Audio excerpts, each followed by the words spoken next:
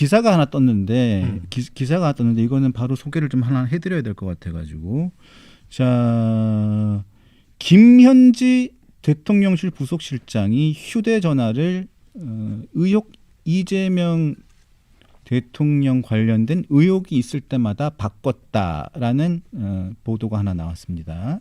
자. 대통령실에서는 약정이 종료돼서 변경된 게 무슨 문제냐 뭐 이런 식으로 지금 해명을 하고 있는데 내용을 정확하게 말씀을 드리면 자 내용이 이렇습니다. 2021년, 2023년, 2025년 이렇게 바꾸는데 자 바꿨던 시기가 가장 최근에 바꿔진 시기는 이번 국감이 시작된 지난 13일 날 휴대폰을 바꿨고요. 그때는 국감 출석 여부를 놓고 김 실장의 출석 여부를 놓고 여야가 충돌했던 시기입니다. 그다음에 이때는 아이폰 14 프로 최신 기종 아이폰 14 프로를 아이폰 17로 교체를 했어요. 자, 그런 다음에 다시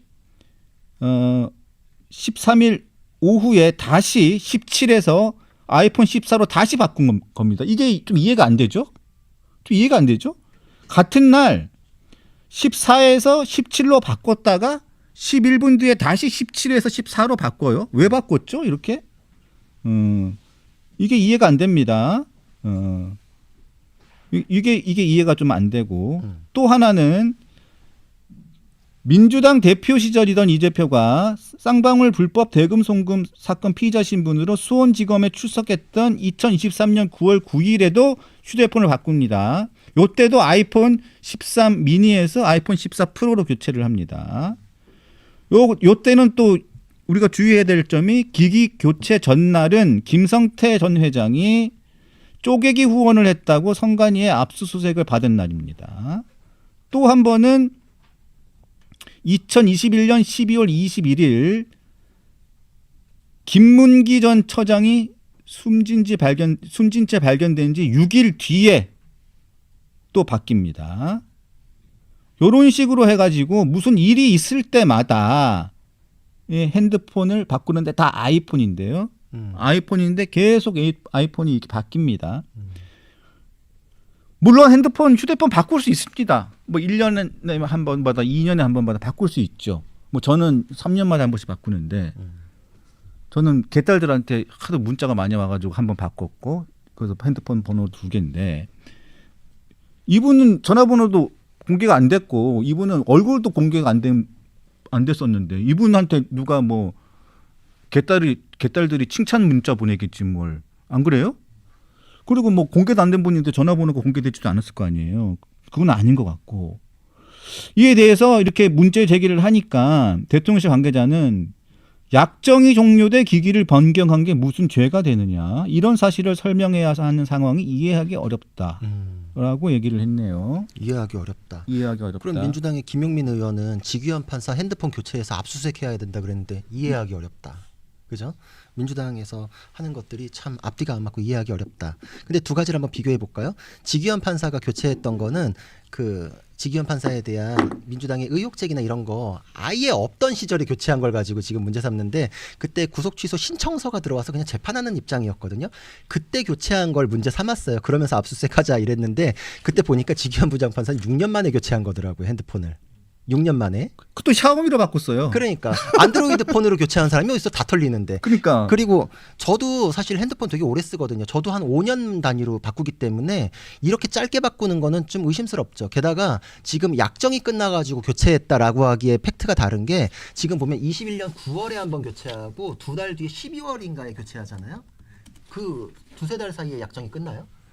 저 보세요 한번. 그거 보면은 이 약정 가지고 설명이 안 된다. 그러니까 이거는 이 국면마다 그때 있었던 사건을 봐야 되는 거 아니겠는가 이런 생각이 드는 거죠. 2021년 10월 19일 날 한번 바꾸고 2021년 12월 27일 날 또 한번 바꾸고. 그렇죠. 그러니까 그 사이에 두세 달밖에 차이가 안 나거든요. 그때 있었던 건 뭐냐라고 하면은 이재명 당시 대표 중심으로 해서 사건들이 있었고 중요한 국면들이 있었던 거잖아요. 유동규의 구속.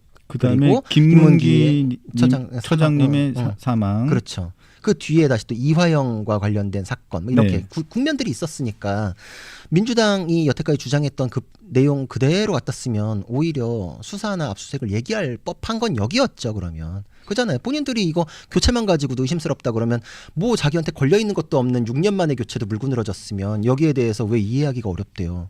이해가 근데 되는데. 아이폰을 17로 바꿨다가 다시 또 14로 다시 바꾼 건 뭐야 같은 날? 이게 이해가 안 되네.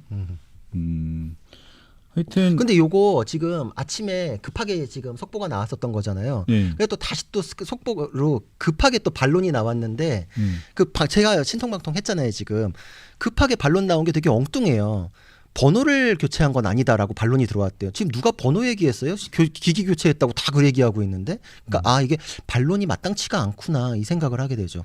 누가 번호 바꿨대요? 그 기계에 있는 정보들 때문에 교체한 거 아니냐라고 해서 기기 교체에 대해서 얘기를 하는데, 그러니까 반론도 좀 티미하다, 좀 이상하다.